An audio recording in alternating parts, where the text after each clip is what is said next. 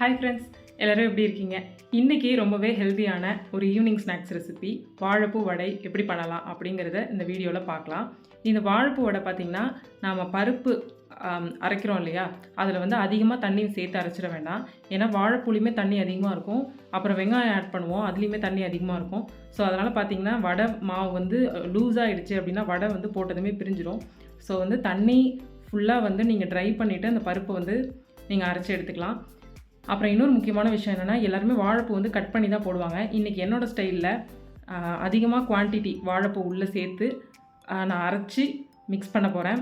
So இந்த வாழைப்பூ வடை எப்படி மேக் பண்ணலாம் அப்படிங்கிறத இந்த வீடியோவில் பார்க்கலாம் வாங்க.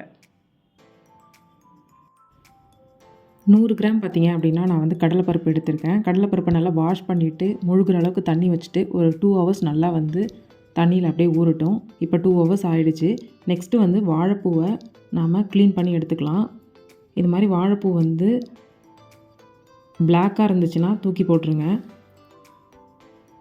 ஒயிட்டாக இருந்தால் மட்டும் அதை எடுத்து வச்சுக்கோங்க.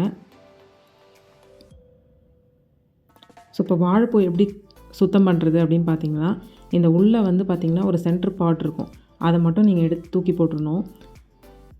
ஏன்னா அது ரொம்ப துவர்ப்பாக இருக்கும் அப்படின்னு சொல்லுவாங்க. இன்னொன்று டைஜஸ்ட் ஆகாது அப்படின்னு சொல்லுவாங்க. ஸோ அதனால தான் அதை தூக்கி போட்டுடுறாங்க. ஸோ இது மாதிரி எல்லாத்துலேயும் இந்த பூவில் உள்ள எல்லாத்துலேயும் அந்த சென்டர் பார்ட்டை மட்டும் எடுத்துகிட்டு நாம் செப்பரேட் பண்ணி வச்சுக்கலாம்.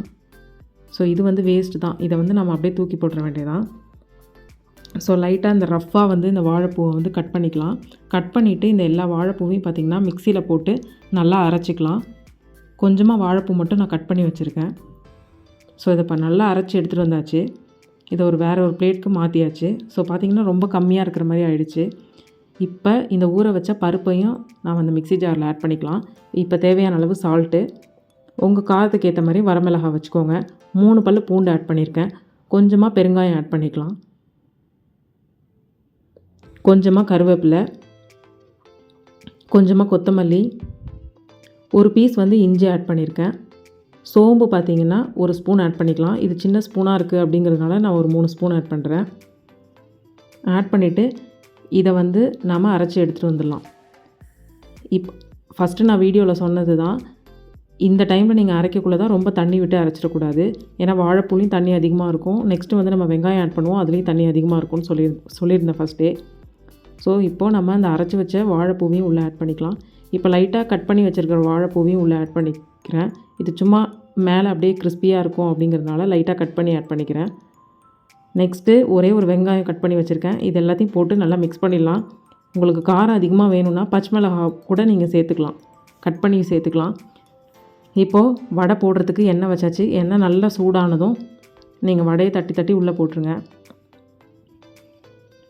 நீங்கள் கரெக்டான கன்சிஸ்டன்சியில் வந்து மாவை அரைச்சிருந்தீங்கன்னா, இந்த வாழைப்பூலாம் சேர்த்துருந்திங்கன்னா வடை இது மாதிரி பிரியாமல் இருக்கும். ஸோ தண்ணி அதிகமாகிடுச்சுன்னா நீங்கள் வடை போட்டதுமே அப்படியே பிரிஞ்சிடும் வாழைப்பூ வடை. ஸோ அடுப்பு லோ ஃப்ளேமில் வச்சுட்டு இது மாதிரி திருப்பி விடுங்க. நல்ல கோல்டன் ப்ரௌனாக வந்ததுக்கப்புறம் இந்த வடையை வந்து நீங்கள் எடுத்துடலாம். நல்லாவே கிறிஸ்பியாக இருக்கும். என்ன ஃப்ரெண்ட்ஸ், ரொம்பவே ஹெல்த்தியான ஒரு ஈவினிங் ஸ்நாக்ஸ் ரெசிபி வாழைப்பூ வடை எப்படி செய்கிறது அப்படிங்கிறத பார்த்துருப்பீங்க. கண்டிப்பாக இந்த வீடியோ வந்து உங்களுக்கு யூஸ்ஃபுல்லாக இருக்கும் அப்படிங்கிறத நான் நம்புகிறேன். நம்ம சேனல் மீ சங்கீதா வ்ளாக் உங்களுக்கு பிடிச்சிருந்ததுன்னா மறக்காமல் சப்ஸ்கிரைப் பண்ணுங்கள். அடுத்தடுத்து ஒரு ஹெல்த்தியான ரெசிபீஸ்லாம் நம்ம சேனலில் வந்து நான் அப்லோட் பண்ணுறேன்.